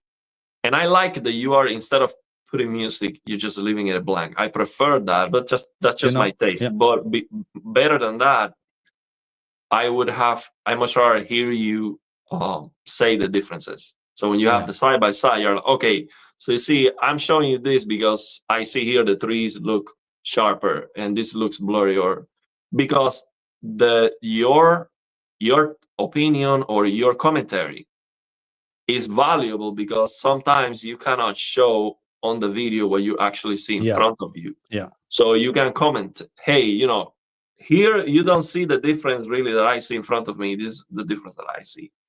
I think that would be more useful. I know that will take more work. Very good comments. Thank you very much. And I need to stress this again. If you watch a video on YouTube, regardless what my recording was, it is not the same. Forget about this. I compared this with my raw footage, what YouTube is showing, and I wouldn't say it's blurry, but it's missing details. Yeah, that's how it is. That's how it is. And if you have already now a very, I wouldn't say minor difference in Horizon Forbidden West, but there is really not a big difference in Horizon Forbidden West between the old PlayStation and the Pro version. And now you try to show this on YouTube, it's very hard, but you can see it actually. That's why you have to zoom in like an idiot to actually show you, this leaf here on the tree, can you see it's actually sharper? The problem is now, you think about this, you sit 3 meters away, you have no chance doing gameplay to see this. And this is what people, that's why some people getting upset with me in the video, in my Horizon Forbidden West, because people don't appreciate honesty anymore. That's how it is, unfortunately. Yeah, but the thing is, you didn't get the PlayStation for free. You bought it for yourself and for the channel. So it's not like you're gonna return it after you. No, I'm not going to return it. No, I'm not. And I'm not getting. People also commented, he got the PlayStation from Sony. No, I did not. And even then, you know what I mean? Because I don't. Look, that's a good thing. At the moment, I don't need. Or let's say like this, support is always great. I'm getting review codes for games, which is fantastic. But I would not need them if I like to do a test, because then I can buy the game, okay? The same what I did with the PlayStation 5. My opinion about the PlayStation 5 would not change if I would get this for free. But then, of course, the next time I would not get the PlayStation 6. I'm aware of that. That's why I like to be independent, actually. You know, I rather spend the money because then it comes from out of my pocket and I feel the pain if something is not working. You know what I mean? If you get everything for free, it doesn't matter. A little bit blurred or whatever, it doesn't matter. I got it for free. No, that's not how it works. Tito Rodriguez, the best preloaded background moving image is the one exclusive. Yes, I saw it. Yeah, I really like it. It's the I can't show it because my PlayStation is here, but yeah, it's really nice feature. But that's not why you buy a PlayStation 5 Pro. So he means when you turn on the console, the presentation you see. No. It's the when you're on the dashboard. When you're on the dashboard, you have now moving images or exclusive, you know what I mean, for PlayStation 5 Pro stuff, which looks really. I should show this, but I can't do it at the moment. It's really nice. It's nice, yeah. But again, that's not why I would buy a PlayStation 5 Pro. It's a nice feature, but nah. Okay. But thank you very much for the super chat. But I agree, it's nice, you know.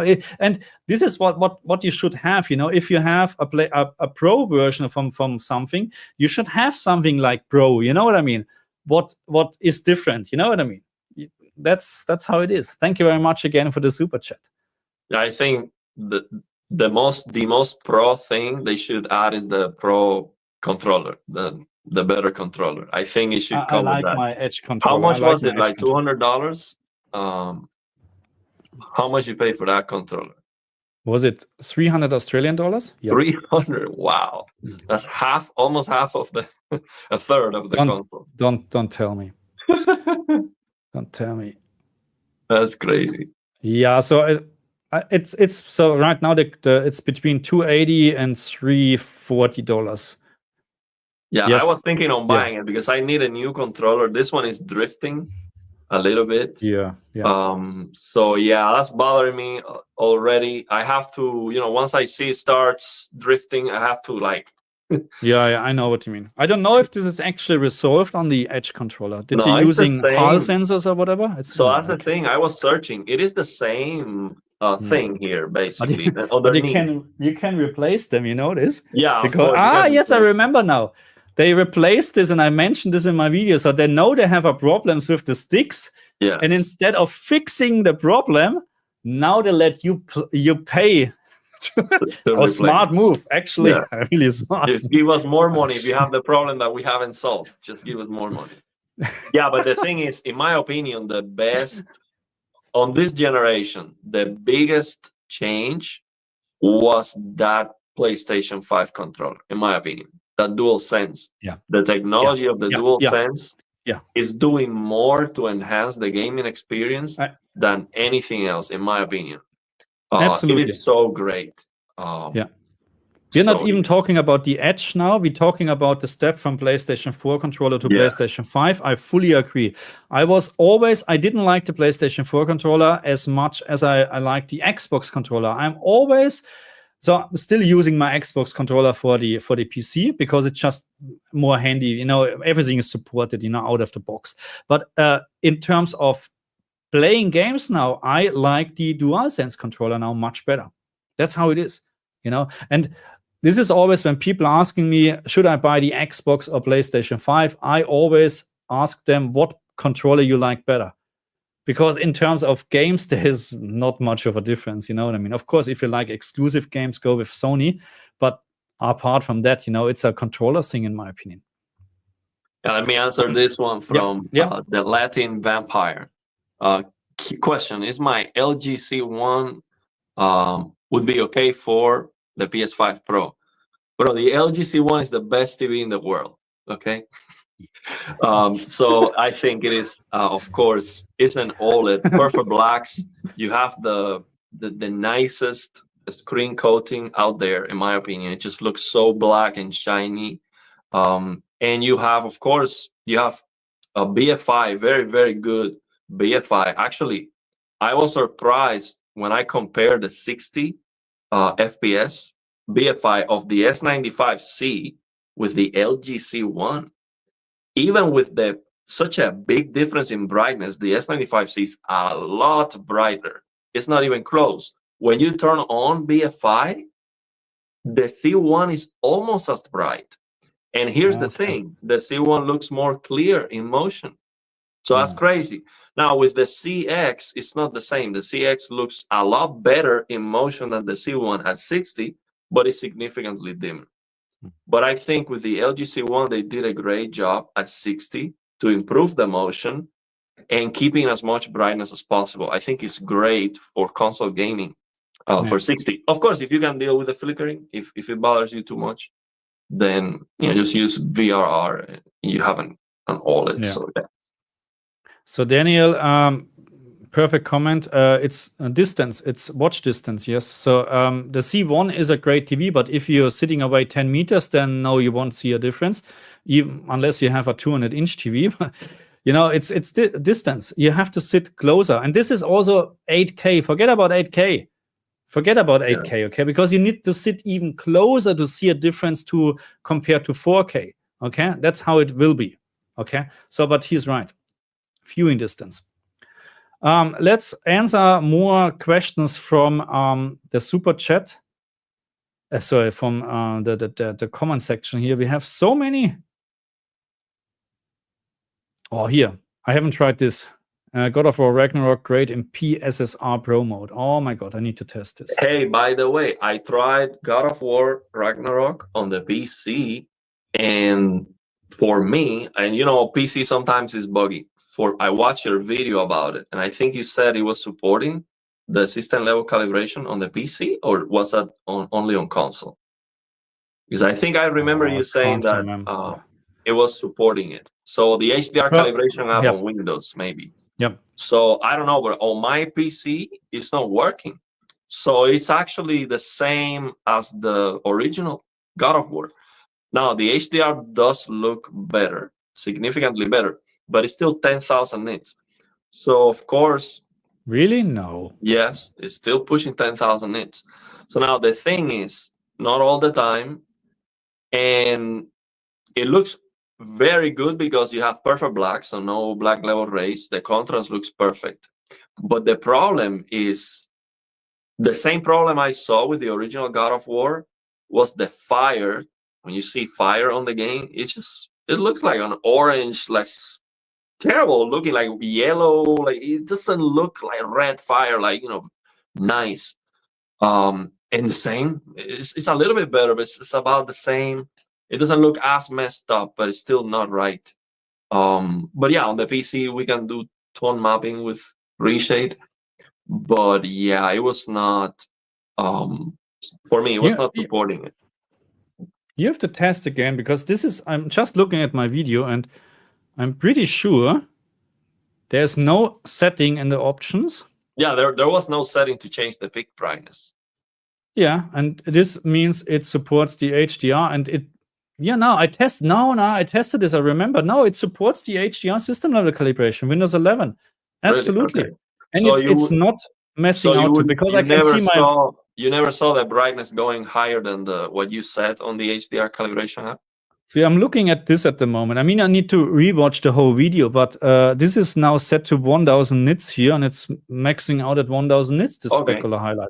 So I wouldn't say, so I have seen this in many, many games that even you set this to 1000 nits, suddenly you have whatever, 2500. But I think this comes also because of TAA, FSR, whatever you use sometimes. It's not the correct value actually, what the analyzer is reporting back. But I think HDR works perfect. I would mention I'm saying, like, it was a solid, like 5,000, 6,000 nits, like solid, not like flickering up there. No, I can't remember that. But I have seen this, what you mentioned, that it's flickering sometimes. You know what I mean? But I'm pretty sure it's supporting. Okay, I'll check it out again. You know how PCs sometimes are. Yeah, no, I know exactly how this works. You turn off your PC, you turn it back on the next day, and nothing works. I'm not sure why. No, I had this the other day with a bloody Windows update. I was so crossed, you know what I mean? Anyway, let's this one here. PlayStation 5 Pro was supposed to show us how much better PlayStation 6 would be. Do you still think this is true? Also need a disk drive by a PlayStation Slim. Take out the disk drive, sell a Slim as a digital. Hey, that's actually a good idea. Why not? But PlayStation 6 will be better because, first of all, we will have better hardware, and then we have improved PSSR already. And again, I think upscaling nowadays, and yes, we talked about native 4K is better. Yes, in theory, but no, when you look at games like Stellar Blade, it does not, because of the thing what upscalers are doing is also including anti-aliasing. Okay, so that's how that's how it works, at least how I understand it. So that's why you don't need to rely on any crappy anti-aliasing or whatsoever. Like TAA is really bad. You know what I mean? In my opinion, it just blurs the picture. That's why the upscalers like PSSR and also DLSS, or especially DLSS, looks so much better, compared to native 4K. Yeah, that's how I see it. But that's a good comment. Buy a digital one or buy a slim and sell the disk drive. Okay, if you can afford it, of course, just go for it. Oh, we have another super chat. Thank you very much, guys. Actually, Taito, my Sony TV auto calibrates the PlayStation 5 Pro HDR settings. How accurate is it?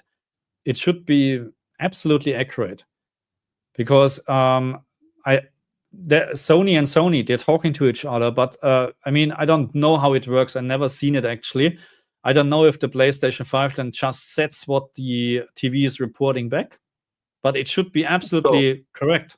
I asked, you remember that stream where I asked Classy, he was on the chat, and he explained the tone mapping of the A95L, which was basically clipping at 4,000 nits. But the thing is, when you are setting up the HDR, you don't want to go until the logo disappears. Because if you do that, then it's going to look blown out. So you had to set the system level calibration way before that for it to look the best. So now Sony should know what's going on, and they should set it to the right point. So I guess that works flawless. It wouldn't make sense otherwise. But it is tricky. If you do it yourself, it's gonna be almost impossible to nail, because on the PS5 you don't have like on the Xbox that you hit all the bumpers and then you see the max CL. You don't have that on the PS5, right? You just have the logo. Yeah. So then how do you know? If you need to set, if I tell you, hey Marcus, you need to set the A95L to 1850. I don't remember what was the value. How do you know that you are at 1850? Yeah, see, my recommendation right now is to make it easier, just follow the instruction on the screen. I know it's probably not the best way to do it, but the most accurate way what you can do it this very moment. Because there's no way that you can, I know what you're getting from, where you're coming from, but it's so hard, because you would need to understand how each TV actually works with tone mapping and stuff like that to know what the right setting is. But again, I think for the normal casual player, there wouldn't be a difference, if you just follow the instruction on the screen on the PlayStation menu or Xbox menu. Not all the games having a proper setting, what I found. Sometimes you set it, like in Dragon Age Wildguard, the PC version was under tracking 200 nits. Even I set this according to the screen, you put this in, buff, logo disappear, HDR analyzer, 800 nits instead of 1000. So that's a problem sometimes, Yeah, but that's why you have. The thing is, if you follow the prompts on the HDR system level calibration, on the PS5 HDR system level calibration, and then it looks wrong, that's a problem. So that's what Classy was saying, that you need to know where to set the slider, and it is before the logo disappears. So that's a challenge. So yeah, definitely do your research and see what is that point, like how many clicks is that. Otherwise, automatically they should be doing a good job. Ultimately, use your eyes. If it looks good, it's good. Absolutely.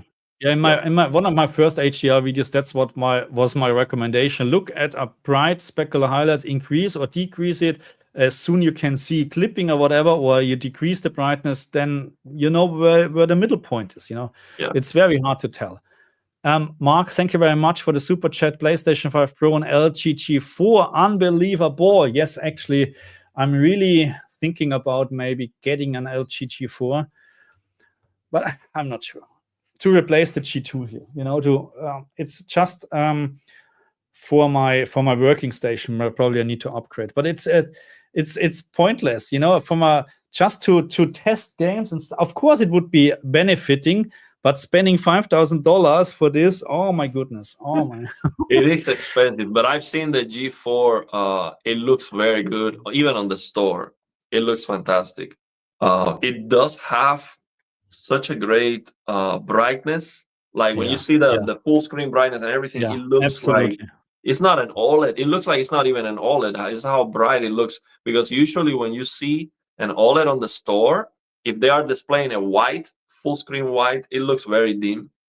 It looks like it's not even white. But with the G4, it's looking very powerful, actually. Here we have from Mikael.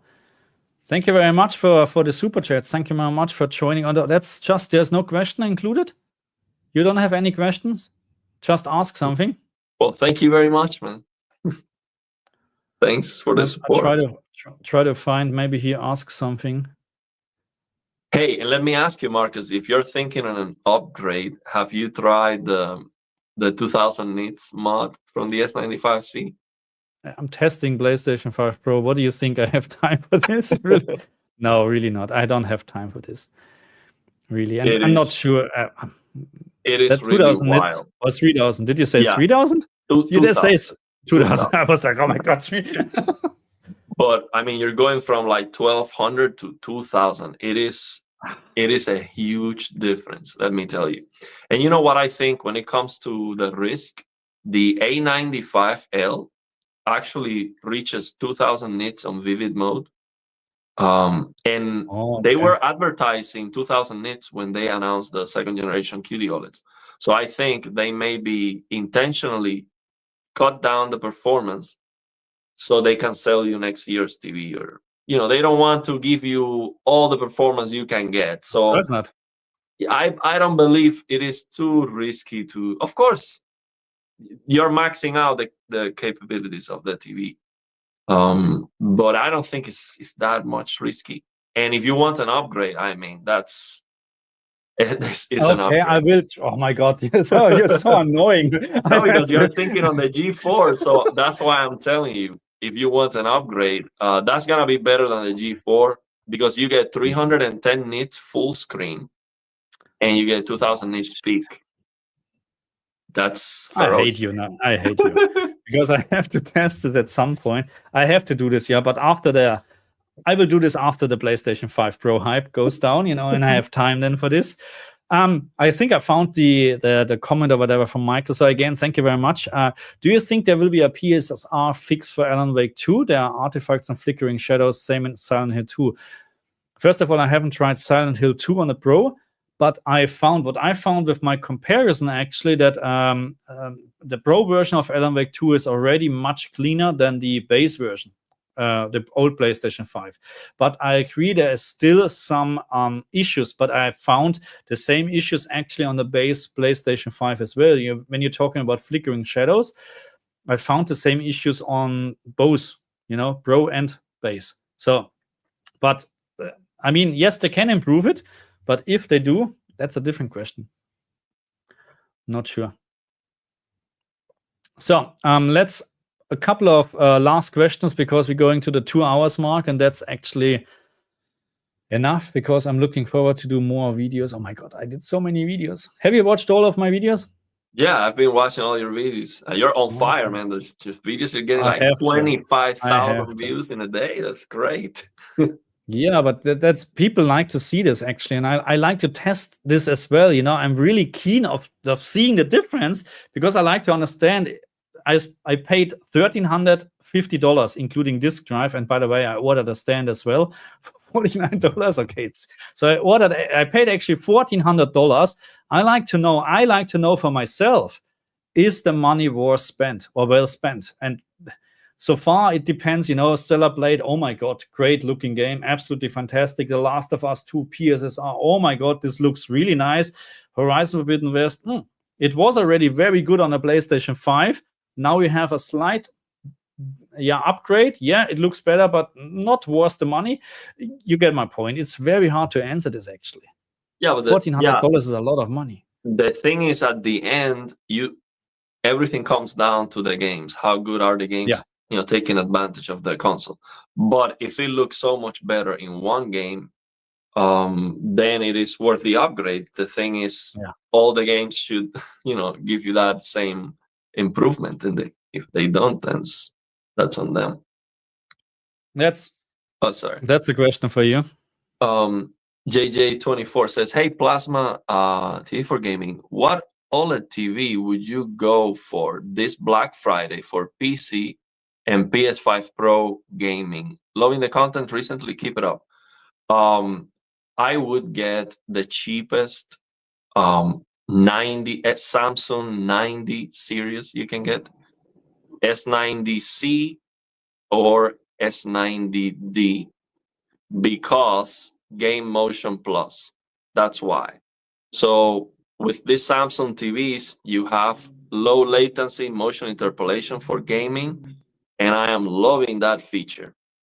And the reason is you double your FPS at 60 and you don't lose that HDR brightness.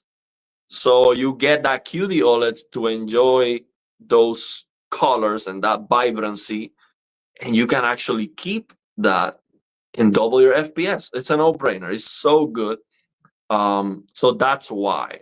Now, Samsung quality control, other things that you might not like when it comes to the settings and the software updates, some inconveniences. But the thing is, the prices are very good, very competitive. Like, for example, there was an S90C, a 65-inch S90C for $12.99. And it has been that price for a long time. So $1,300 for a 65-inch QD OLED, that's great. And that's a second generation QD OLED, which you can go to the service menu and get 2,000 nits too. So yeah, that's what I would go for, just because of that feature, Game Motion Plus and QD OLED, because it looks great. Just make sure you can turn off the lights on your room. Yeah. So Dennis Paris, thank you very much. Super chat. Whole house for OLEDs, $8,000. 4 times used plasmas, $250. Let's go. Let's go. You can't. Can you turn on all of them, or because Ariel had to upgrade his power lines and stuff? Yes. I mean, it was crazy. It was crazy. I think this plasma is using like 600 watts by itself. It's You should nuts. do a video about that, really. I know plasmas was very power hungry. They're getting really hot, like crazy hot. They get hot. Actually, yeah, they get hot, and they can heat up your room too. Yeah, I see, you save actually money. See, it's not a joke. They actually heat up your room. It's not no joke.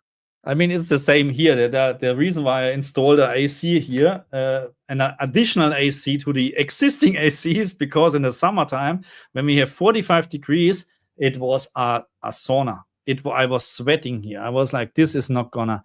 Anyway, look, we have almost 2 hours. I would say it's time to finish, unless you think there's anything else to say.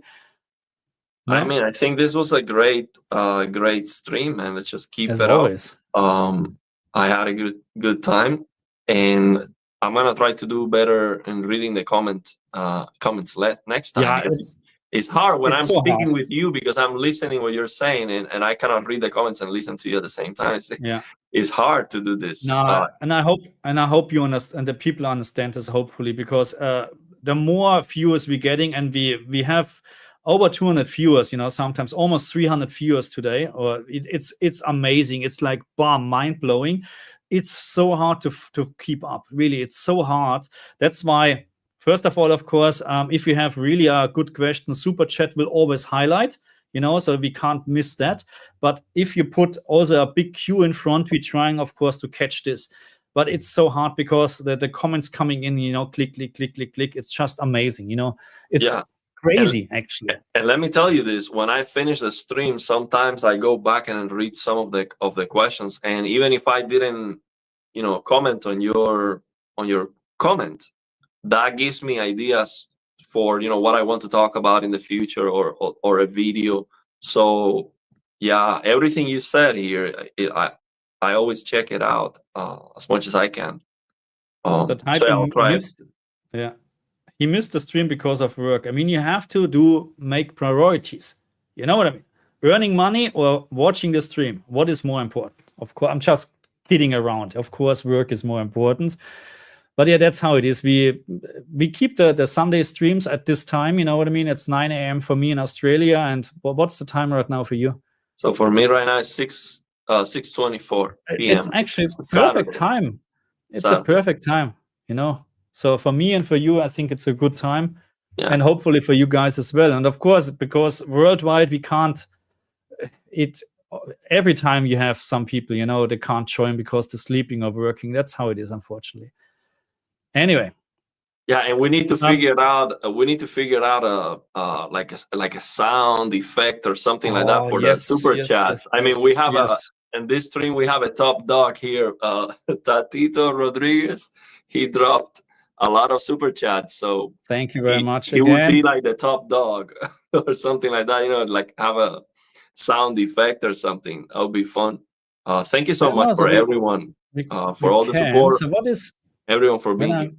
When I'm playing this here, is there anything happening? Can people hear this? Something. Because you can add music, so maybe you can add actually like something, you know, for the super chat. Then, if you get something, yes, we can do this the next time. You just need to be very careful. That's why, by the way, I didn't mention this because you said I need to talk more in my videos. Yes, I get this, but believe me, it's very hard if you. Anyway, the reason why I have no music anymore is because even you use free music or what's the name? Non-commercial music, copyright-free music, you get still flagged sometimes. Yeah. And I like to avoid this in the future because it's such a hard thing actually to get your video. It's not that you're getting a copyright strike, you just can't monetize your video anymore or something. No, honestly, I don't like any music at all. Honestly, I prefer you speaking. Because what if I don't like the song you're trying there? So then it's like correct. Yeah. We have another one, Drew Bonic. Thank you very much for the super chat. Appreciate the content. It's nice to see constructive commentary on the Pro, not just people mad because it's expensive. Pro is so crispy. Yes, it is. Absolutely. But constructive critic is very important because we should consider the price range. But we did this already because we actually said, hey, we have 2 terabyte now, which I already mentioned at the very beginning of the stream here. I installed all the games what I tested, and I still have 300 gigabyte free. I never had this with the old PlayStation, and now we have Wi-Fi 7 on board, which is apparently much faster. I haven't tested this, but yeah, thank you very much. But don't try Call of Duty because then you don't have any more space than remaining. 1 terabyte because we have now. Yeah, I mean, in the business world, they say that price is a problem on the accents of value or something like that. Basically, they just need to add more value or make it good enough. The price, I don't think that's very relevant. Of course, people don't want to pay $1,000 for a console, but if they make it good enough. Again, I think my last statement is if you ask me if you want to buy a PlayStation 5 Pro, should you upgrade? Then always my question is your TV already good enough? Are you sitting close enough? Do you have a proper viewing distance to your OLED TV or high-end LCD TV? And do you have the money to spare? Then go for it. Absolutely. But don't expect a night and day difference. Don't expect like a wow upgrade, okay? You will see the difference. And yes, I saw it in Stellar Blade. I see it in The Last of Us 2.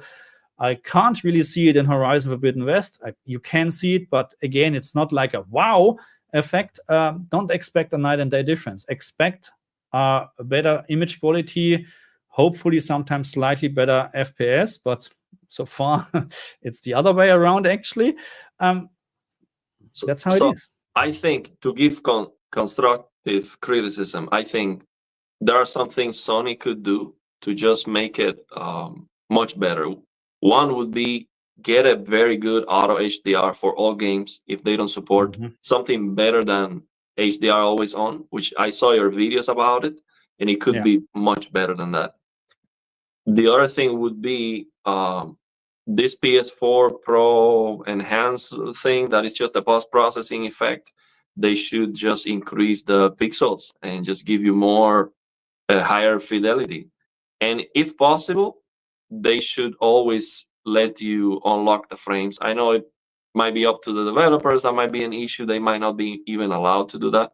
But to be running 30 FPS games on the PS5 Pro doesn't make sense.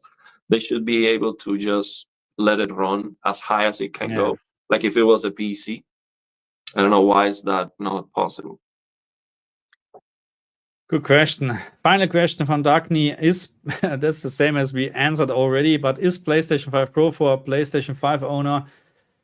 Again, if you like to enjoy your games with the best possible quality on a great TV, then yes, go for it. If you have the money to spare. If you're just a casual gamer, even you have a big screen TV and you're just playing 5 hours a week, to be honest, I don't think there's a point to buy the PlayStation or upgrade. But it's the same with a GPU then, or the same with a car. If you just use your car to go to work every day and you drive 20 minutes a day, why would you buy a Maserati? There's no point. I bought a Kia because it's fine. If you have to drive 8 hours a day because that's your job, then go with a really luxury car, of course. That's always the same. It's very hard to answer the question.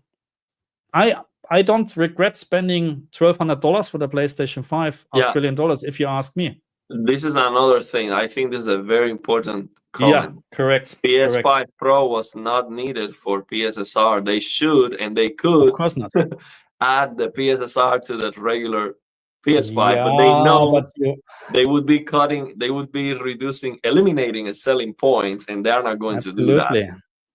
But yeah, they should. Absolutely. They can, I'm sure. So yeah.